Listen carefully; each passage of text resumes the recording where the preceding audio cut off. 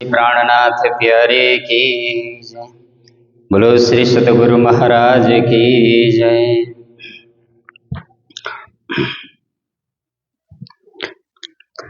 पर न आवे तो ले, पर न आवे तो ले, एक ने मुख श्री कृष्ण कहंता, मुख श्री कृष्ण कहंता। पर न आवे तो ले, पर न आवे तो ले, एक ने मुख श्री कृष्ण कहंता, मुख श्री कृष्ण कहंता।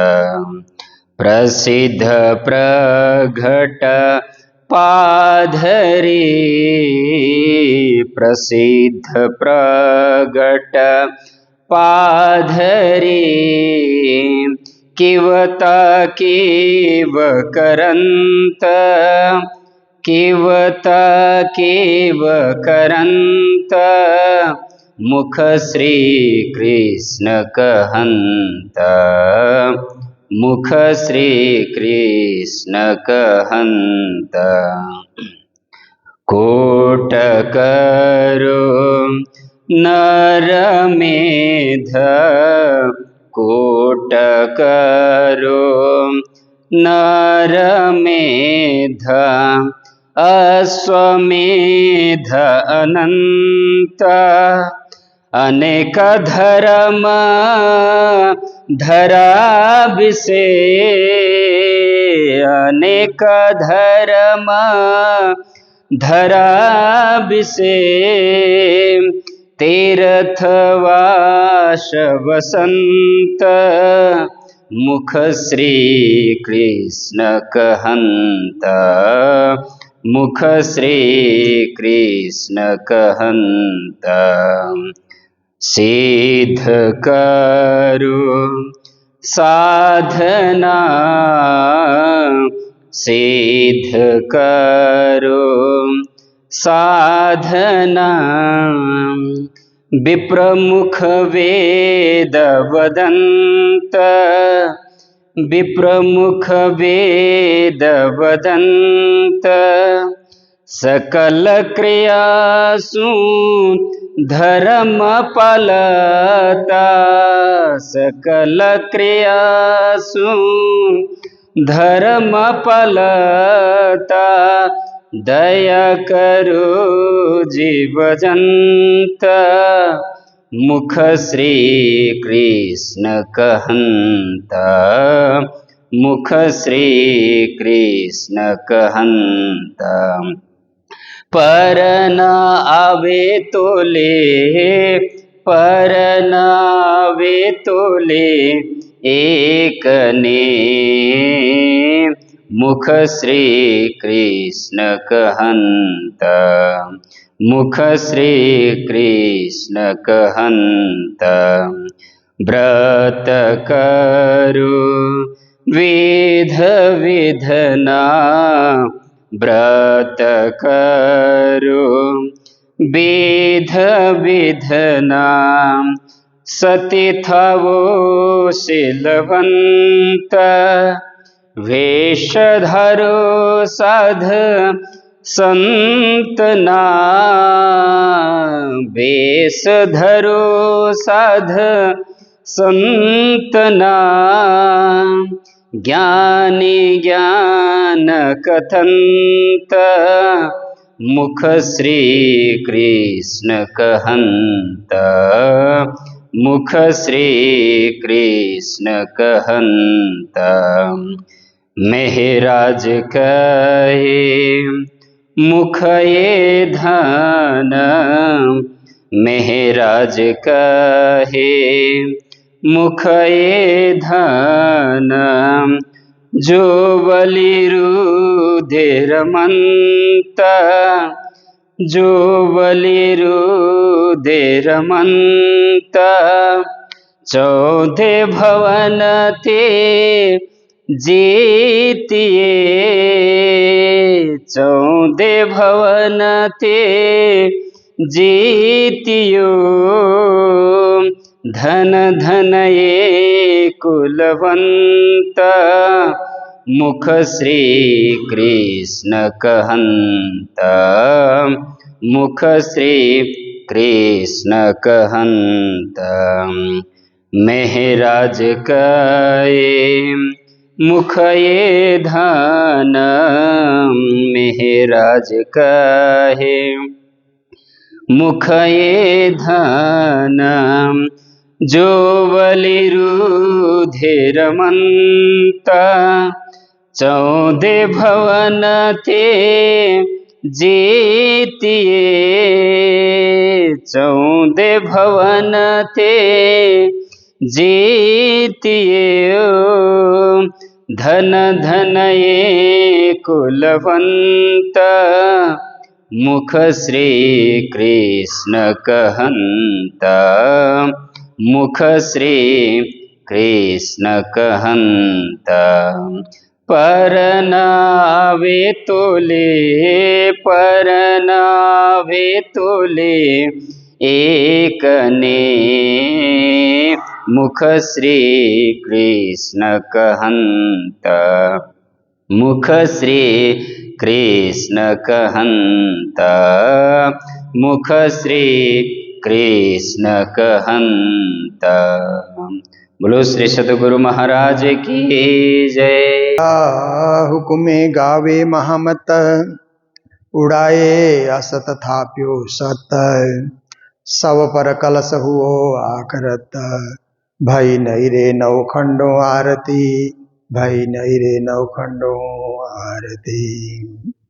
बोलो कृष्ण कन्हैया लाल की, श्री निजानंद स्वामी की, श्री प्राणनाथ प्यारे की, महारानी बाईजुराज की, महाराजा छत्रसाल की, गुरुजी मंगलदास महाराज की, श्री कृष्ण प्रणामी धर्म की, तीनों पुरी धाम की, सर्व सुंदर साथ की, कृपा निधि सुंदर बरश्याम। प्रणाम प्रणाम।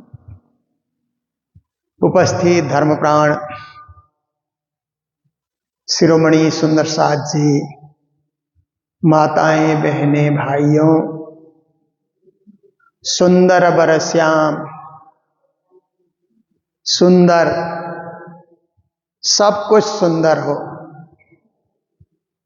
मन सुंदर, तन सुंदर, जीवन सुंदर, विचार सुंदर, भाव सुंदर, भक्ति सुंदर, स्वभाव सुंदर, आचरण सुंदर, व्यवहार सुंदर, सब कुछ सुंदर सुंदर बनाने के लिए बहुत ख्याल रखना पड़ता है, बहुत ध्यान रखना पड़ता है, क्योंकि शरीर में अशुद्धियां बहुत है। आप देखिए हमारे शरीर के अंदर विकार बहुत भरे पड़े हैं, जो खाते हैं ना वो भी विकार के रूप में परिणत हो जाता है। हम आहार तो अच्छा कर लेते हैं, पर वो आहार जब पच जाता है तो विकार के रूप में, गंदगी के रूप में वो शरीर से बाहर निकलता है। तो ये शरीर एक ऐसी फैक्ट्री है कि अच्छा डालो खराब निकालना, और दुनिया की फैक्ट्री में क्या होता है, खराब डालो अच्छा निकालो। जैसे आप देखिए कि ये जो हम लोग स्क्रैप बोलते हैं ना, टूटे फूटे लोहा लक्कड़ प्लास्टिक, प्लास्टिक के कई सामान जब टूट फूट जाते हैं तो हम लोग क्या करते हैं कि स्क्रैप में वो बेच देते हैं। जब बेचते हैं तो वो लेकर के जाता है और सब चीज अलग अलग करता है। लोहा है तो अलग करेगा, और फिर प्लास्टिक है तो उनको अलग करेगा। उसमें कहीं कहीं तांबे का कोई हिस्सा है, पित्तल का कोई हिस्सा है तो उसको अलग कर देता है, क्योंकि सबका भाव मोल अलग अलग है ना। तो देखिए दुनिया में बहुत सारी चीज है कि रिसाइकलिंग, दोबारा उसको तैयार किया जाता है। कागज को भी रिसाइकलिंग में भेजा जाता है। हम लोग तो कागज टुकड़ा टुकड़ा करके फाड़ करके जला देते हैं, फेंक देते हैं, पर वो इकट्ठा हो तो रिसाइकलिंग में वो भी चला जाता है, उसको भी वो स्क्रैप वाले खरीद लेते हैं। और हम जो ब्लेड इत्यादि दाढ़ी बनाने के लिए प्रयोग करते हैं वो भी स्क्रैप में बिक जाता है। हम जो ब्रश करते हैं सुबह दांत सफा करने के लिए वो भी स्क्रैप में चला जाता है, क्योंकि उसमें भी प्लास्टिक का टुकड़ा है। तो ऐसे छोटी छोटी चीजें क्या है कि रिसाइकलिंग में जाने वाली चीजें होती है। जो बर्तन धोया हमने या ऐसे कोई गंदा पानी है वो तो कुछ नहीं होगा, पर बाकी बहुत सारे ये प्लास्टिक वगैरह हैं, गत्ते होते हैं, कार्टून आते हैं, कार्टून में सामान पैक करके आता है, वो कार्टून भी बिक जाता है। देखिए तौल के वजन के हिसाब से वो भी बिक जाता है। जिन लोगों को ज्ञान नहीं है वो टुकड़ा टुकड़ा करके जला देंगे, फेंक देंगे, पर जिन लोगों को जरा भी ज्ञान है, विवेक है, कहते हैं ये तो सब रिसाइकलिंग में जाने वाली चीज है। मैंने विदेश यात्रा में देखा कि जो डस्टबिन के 2 डब्बे रखते हैं, 2 डब्बे घर के आगे रख देते हैं, और एक रिसाइकलिंग में जाने वाली चीज और एक ऐसे फेंकने वाली चीज जिसका कोई यूज नहीं है, यूजलेस। 2 अलग अलग रख देते हैं, क्योंकि सब पढ़े लिखे लोग होते हैं, पढ़े लिखे भी समझदार और विवेकी लोग होते हैं, और वहां का नियम भी ऐसा ही है, सरकारी नियम भी ऐसा है, इसीलिए 2 अलग अलग डब्बे में डाल देते हैं। रिसाइकलिंग में जो जाएगा तो जो म्यूनिसिपैलिटी के ट्रक वाले आते हैं सामान उठाने के लिए, रिसाइकलिंग वाला रिसाइकलिंग के तरफ रख देंगे, और जो सड़ा गला कचरा है वो जहाँ पे डिस्पोज करना है उस तरफ डाल देते हैं। तो देखिए उपयोग किया उन्होंने। और हम लोग क्या है, हम लोग में बहुत सारे लोगों में ये होश नहीं है, विवेक नहीं है, तो हम लोग सब कचड़े एक ही डस्टबिन में डाल देते हैं। रिसाइकलिंग वाले भी वहीं डाल दिया, गंदा भी वहीं डाल दिया, फिर तो वो कुछ प्रयोग में नहीं आता। तो देखिए कि दुनिया में कई चीजें प्रयोग में आती हैं, और दुनिया की कई फैक्ट्रियां ऐसी हैं कि ऐसे कचड़े में से भी, ऐसे टूटे फूटे चीजों में से भी उसको गला करके, लोहा है तो उसको गला करके फिर दोबारा लोहा तैयार किया जाता है। प्लास्टिक इत्यादि है तो उनको भी गला करके छोटे छोटे दाने में परिणत करके फिर से उसे चेयर बनते हैं, कुर्सी बनती है जिसमें हम लोग बैठते हैं, और भी बहुत सारे सामान उससे बन जाते हैं। तो मैं ये कह रहा था कि फैक्ट्रियों में खराब चीज, कूड़ा करकट या ऐसे सोचिए कि जो सड़े गले सामान है, लोहा लक्कड़ है, प्लास्टिक, ये डालने से भी नई नई चीजें बन करके निकलती है।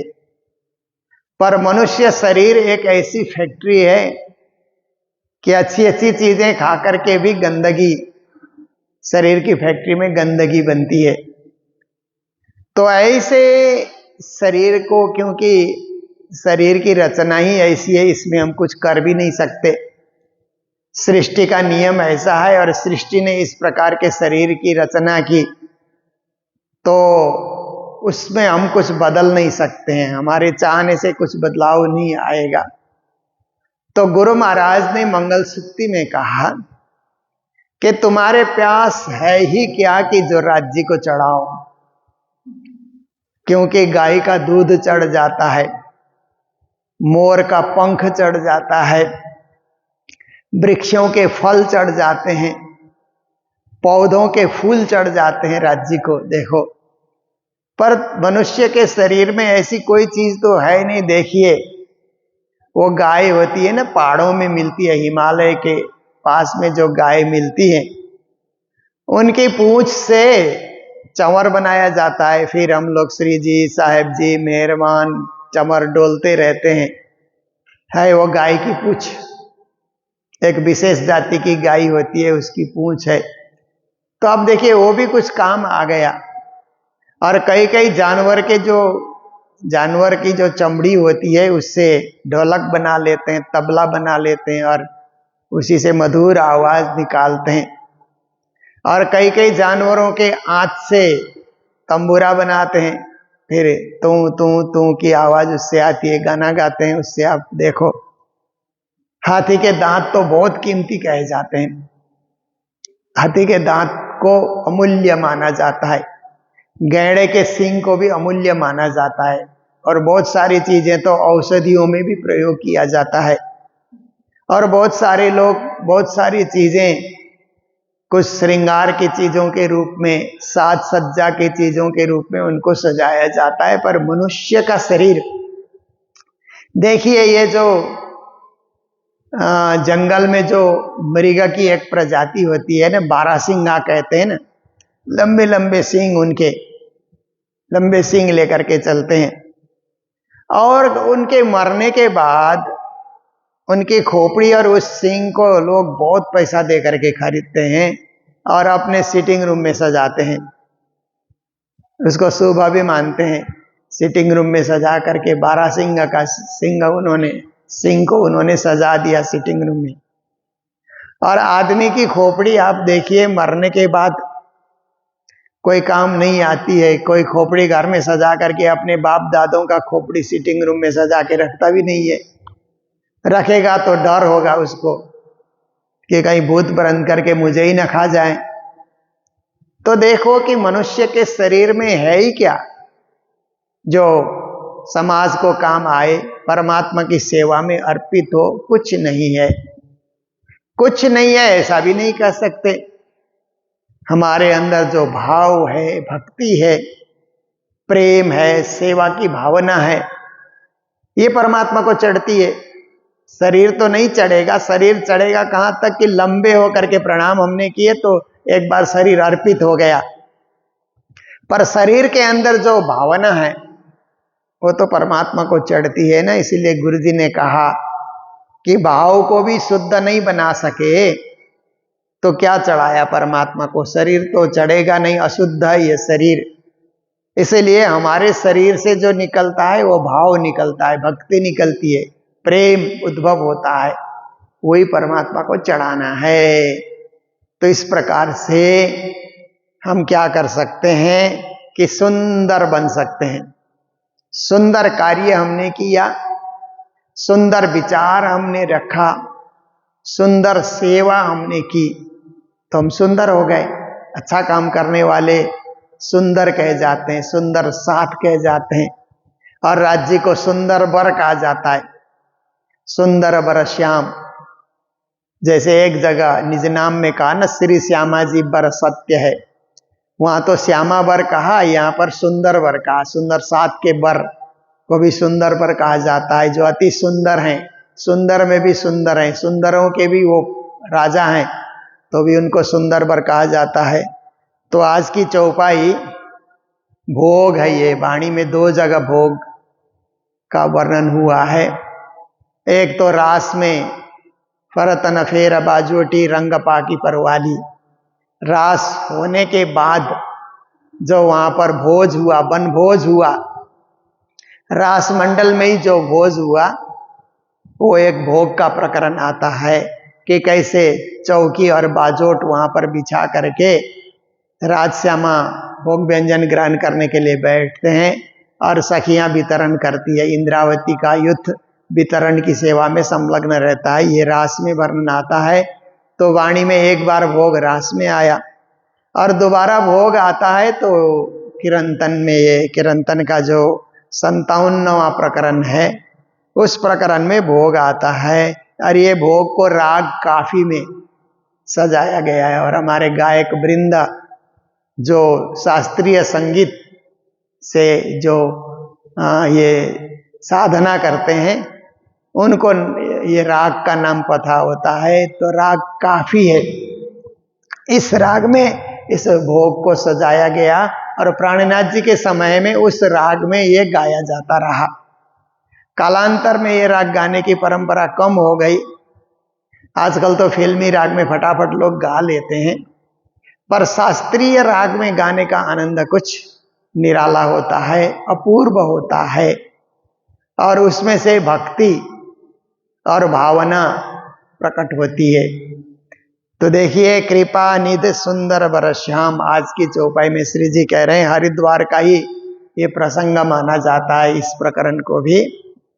तो कृपा निधि जो राज्य है वो कृपा के सागर हैं। हम मेहर सागर कहते हैं ना, कृपा सागर, कृपा रूपी धन उनके पास है, राज्य के पास। कृपा करते रहना, कृपा करते रहना। जो कृपा का अनुभव करता है उन पे भी करना, कृपा का अनुभव नहीं करता है उन पे भी करना। जैसे माँ होती है तो जो माँ की महिमा समझता है उसको भी खिलाती है, जो नहीं समझता है उसको भी खिलाती है। जैसे छोटे बच्चे माँ की महिमा को नहीं समझते हैं, माँ से ही लड़ पड़ते हैं, माँ से ही झगड़ते हैं, पर माँ फिर भी खिलाती है। वो सोचती है ये अबोध है, अविवेकी है, इसमें ज्ञान नहीं है, इसलिए उनको भी खिलाती है। और जो कहते हैं माता जी आपकी महिमा अपरंपार है, आप में कितना त्याग है, आप हमारे लिए कितनी सेवा करती हैं, ऐसे कुछ ज्ञानी बच्चे कहें तो भी उनको खिलाती है। पर खिलाने में माँ भेदभाव नहीं करती है। ऐसे ही राज्य महाराज भी कृपा करने में भेदभाव नहीं करते, सब पर कृपा बरसा रहे हैं। परंतु कृपा को, कृपा के पात्र बने तो उसको बटोर सकता है, पात्र न बने तो वो कृपा हुई और कृपा चली गई। जैसे इसका उदाहरण हम लोग लेते हैं ना, कि हम लोगों ने मंगल धाम में रेन वाटर हार्वेस्टिंग का एक बड़ा टैंक बनाया है ना, 12 लाख लीटर का। कोरोना के दिनों में हम लोगों ने सुंदर साथ के सहयोग से उसको तैयार किया। अब जब बरसात होती है, मंगल धाम के छत पे जो पानी बरसता है तो सीधा पाइप से फिल्टर होकर के उस टैंक में चला जाता है। तो वो टैंक से फिर हम लोग नहाने धोने में प्रयोग कर सकते हैं। जब पानी कम होगा तो उसका हम उपयोग कर सकते हैं, क्योंकि हम लोगों ने बरसाती पानी को बटोरने की व्यवस्था हम लोगों ने की। पर जिन्होंने ये व्यवस्था नहीं की है, पानी बरसा, नालों में से होकर के चला गया नदी में, नदी से समुद्र में चला गया। बरसात तो हुई, परंतु उस बरसात का उपयोग कुछ नहीं हुआ, प्रयोग कुछ नहीं हुआ। ऐसे ही कृपा तो होती है, उसका प्रयोग लोग नहीं कर सकते हैं। जानकार लोग ही राज्य की कृपा का प्रयोग करते हैं, जीवन में उसे अपनाते हैं, आत्मसात कर लेते हैं। इसलिए राज्य का एक नाम है कृपा निधान, दया के सागर, मेहर के सागर। ऐसे साक्षात श्री राज्य हैं। सुंदर बरश्याम, और वो सुंदर सात के बर हैं, सुंदर बाई के भी बर हैं। सुंदर बाई तो सदगुरु का नाम है ना परम धाम में, उनके भी बर। और सुंदर कहने से सारे सुंदर साथ, सारी सखियों के बर हैं राज्य महाराज, सबके प्राणपति हैं राज्य महाराज। और वह श्याम है, राज्य का एक नाम श्याम भी है, उनका नाम कृष्ण भी है, उनका नाम राज भी है, उनका नाम श्याम भी है। कृष्ण इसीलिए है कि वो आकर्षित करते हैं सबको, श्याम इसीलिए है कि वो किशोर है, और राज इसीलिए है कि सबके दिल में बैठ करके सबकी धड़कन को चलाते हैं, सब पर राज कर रहे हैं। तो ऐसे जो साक्षात श्री राज्य हैं, भले भले सुंदर बर श्याम, वो बहुत ही अच्छे हैं राज्य, भले हैं। तो भले भले कहने से अच्छा अच्छा ऐसा हमको समझना चाहिए। वो बहुत भले हैं, बहुत कृपालु हैं, बहुत ही सुख के सागर हैं और सुख के दाता हैं। तो ऐसे सुंदर बर श्याम है, उनकी महिमा कहाँ तक करें, क्योंकि दुनिया में कुछ लोग कुछ कृपा करते हैं तो भी हम उनकी महिमा गा नहीं सकते, साधारण लोग कृपा करते हैं तो भी महिमा नहीं गा सकते। तो साक्षात परब्रह्म परमात्मा कृपा कर रहे हैं, उनकी कृपा से ही तो ये शरीर मिला हमको, संसार मिला, परिवार मिला, मंदिर मिला, गुरु मिले, सत्संग मिला, और खाने के लिए आहार मिला, सांस लेने के लिए हवा हमको मिली, पीने के लिए पानी हमको मिला, और घूमने के लिए धरती हमको मिली, उजाले के लिए सूर्य चंद्र हमको मिले। और आजकल जो वैज्ञानिक आविष्कार हो रहा है वो भी उनकी कृपा से ही हो रहा है। कहीं ना कहीं सद्बुद्धि किसी में राज्य भर देते हैं तो लोग आविष्कार करते हैं। इसीलिए ये सब धनी की कृपा से हो रहा है, मेरे सुंदर वर साक्षात श्याम सुंदर की कृपा से ये सब हो रहा है। उपजो सुख संसार में, इससे क्या हुआ कि संसार में भी सुख उत्पन्न हो रहा है धनी की कृपा बरसने से। क्योंकि धनी कृपा परम नाम से तो बरसाते ही रहे, पर संसार में आकर के भी उन्होंने कृपा बरसाई। श्री कृष्ण के रूप में साक्षात ब्रज भूमि में धनी आए, तब उन्होंने ब्रज लीला और रास लीला करके सब पर कृपा बरसाई। आए धनी श्री धाम कहते हैं, ऐसे धाम के धनी दुनिया में आए, दुनिया को भी तारने के लिए, दुनिया को भी परम पद देने के लिए, दुनिया को भी अपने कृपा तले लेने के लिए। क्योंकि परमात्मा किसी को अपना और पराया सोचते ही नहीं है। ये तो साधारण मनुष्य का स्वभाव होता है कि ये मेरा, ये तेरा, ये मेरा, ये तेरा, ये मानवी सोच है। मानवी सोच में क्या होता है कि जैसे दो टीम मैदान में खेल रही है, आप देखिए, क्रिकेट का खेल हो या फुटबॉल का खेल हो, टेनिस का खेल हो, वॉलीबॉल का खेल हो, या कोई भी खेल, या चेस, एक खेल है ना चेस। पहले बचपन में तो हम लोग साधारण खेल समझते रहे, क्योंकि स्कूली जीवन में फुटबॉल और वो वॉलीबॉल में तो बड़े बड़े लड़के खेल लेते थे, तो छोटे लड़कों के लिए चेस वगैरह और लूडो वगैरह ऐसे ऐसे कुछ चीजें खेलने के लिए स्कूलों में मिलते थे, तो वहां पर वो लूडो खेलने की तरह चेस भी खेल लिया करते थे। बाद में मुझे पता लगा कि ये चेस तो हाई लेवल में खेला जाता है, और तगड़े तगड़े वहां पर बॉल लगा करके चेस खेलते हैं, और चेस के खिलाड़ी का बड़ा भारी नाम होता है। बचपन में तो बच्चों का खेल समझ रहे थे, परंतु देखा कि ये तो और गजब की चीज है, पूरा बुद्धि का पूरा प्रयोग किया जाता है वहां जीतने के लिए, नहीं तो हारना स्वाभाविक है, कोई भी खिलाड़ी उसको हरा देता है। तो देखिए कि दुनिया के अंतर्गत कितने सारे खेल होते हैं। खेल में दो पक्ष होता है, खेलने वाला दो टीम होती है ना, तो दो टीम खेल रही है, तो मानवीय स्वभाव क्या होता है कि एक टीम का पक्ष वो ले लेता है, ये टीम जीते, ये टीम जीते। जैसे अब भारत की टीम खेल रही है तो सारे भारतवासी सोचते हैं कि भारत की टीम जीते, भारत की टीम जीते। नेपाल की टीम खेल रही है तो सारे नेपालवासी सोचते हैं हमारी टीम जीते। ऐसे ही अब और देशों की टीम खेल रही है तो उस देश के वासी सोचते हैं कि हमारी टीम जीते, ये मानवीय स्वभाव है। पर दैवी स्वभाव होगा तो वो सोचेगा कोई भी जीते, क्योंकि ये तो खेल है, एक जीतेगा एक हारेगा, खेल का नियम है। पर हम पक्ष विपक्ष होकर के सुख दुख का अनुभव क्यों करें? हमने किसी का पक्ष लिया, बाद में वो टीम हार गई तो हम दुखी हो जाते हैं, मेरी टीम तो हार गई, आहा ऐसे करके। जीती टीम तो हम खुश होते हैं, व्यर्थ में उस टीम से हमें न मिलना, न लेना, न देना, कुछ नहीं। यहाँ पर एक मानवीय स्वभाव के चलते पक्ष विपक्ष में हम लोग चले जाते हैं, और उसी में जाने से हम लोग दुखी सुखी होते हैं संसार के अंतर्गत। पर ये सब मानवीय स्वभाव है, लड़ना झगड़ना, देश देश में लड़ाई होती है, व्यक्ति व्यक्ति में भी कभी कभार लड़ाई हो जाती है। तो मानवीय स्वभाव में होता है कि दो लड़ रहे हैं तो हम इसका पक्ष लेंगे। पर दैवी स्वभाव आप में आ जाए तो ये लड़ाई तो क्या है कि ये तो एक आपसी परस्पर बैर भाव की लड़ाई है। बैर भाव को त्याग दें और निर्वैर बन जाएं। जैसे गीता में श्री कृष्ण ने निर्वैर शब्द का प्रयोग किया है ना, कि हम किसी से बैरी क्यों रखें और ये लोग भी आपस में बैर क्यों रखें।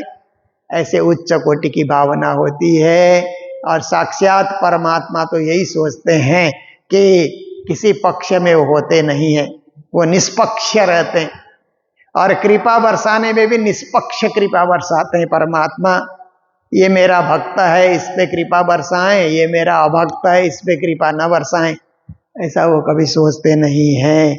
तो धनी के आने से संसार में सुख का उत्पन्न हुआ। प्रकटे पूर्ण ब्रह्म सकल में, साक्षात श्री कृष्ण के रूप में पूर्ण ब्रह्म परमात्मा इस संसार में प्रकट हुए।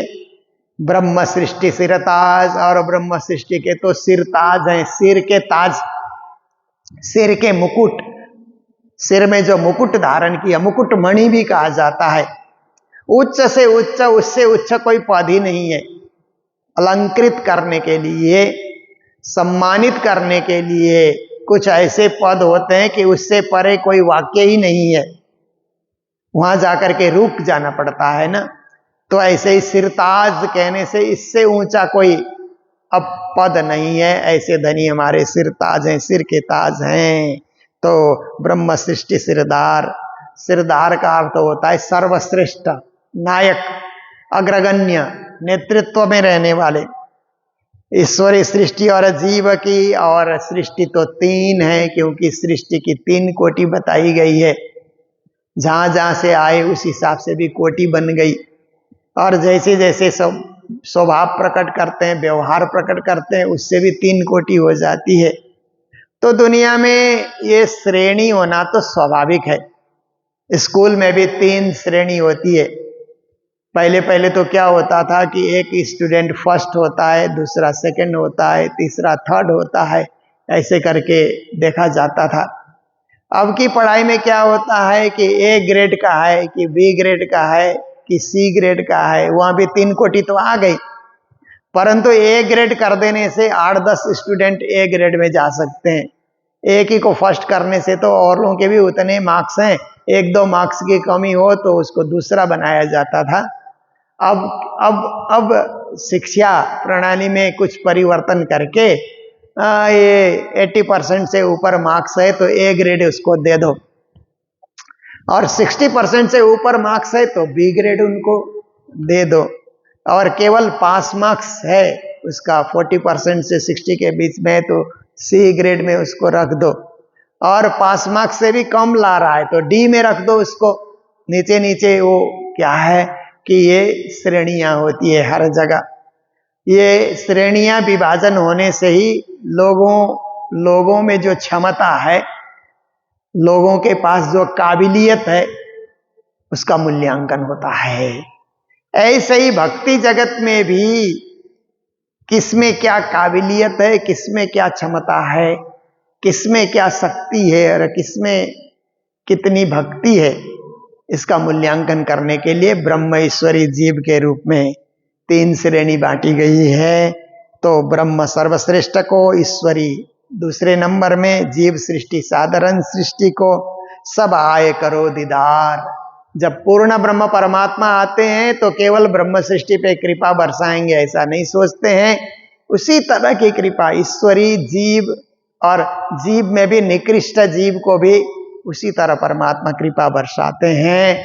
ग्रहण करने वाला कौन कितना ग्रहण कर सकता है, उसको धारण कौन कितना कर सकता है, ये उस पर निर्भर करता है। सुनाने वाला तो उतना ही सुनाएगा, पर सुनने वाले में कितनी क्षमता है, बुद्धिमत्ता कितनी है, उसका मूल्यांकन होता है। पर श्री जी महाराज इस भोग में, इस प्रकरण में यही कह रहे हैं कि आकर के धनी के दर्शन करो, क्योंकि दर्शन करने से मन बदल जाता है, मन में सात्विकता आती है।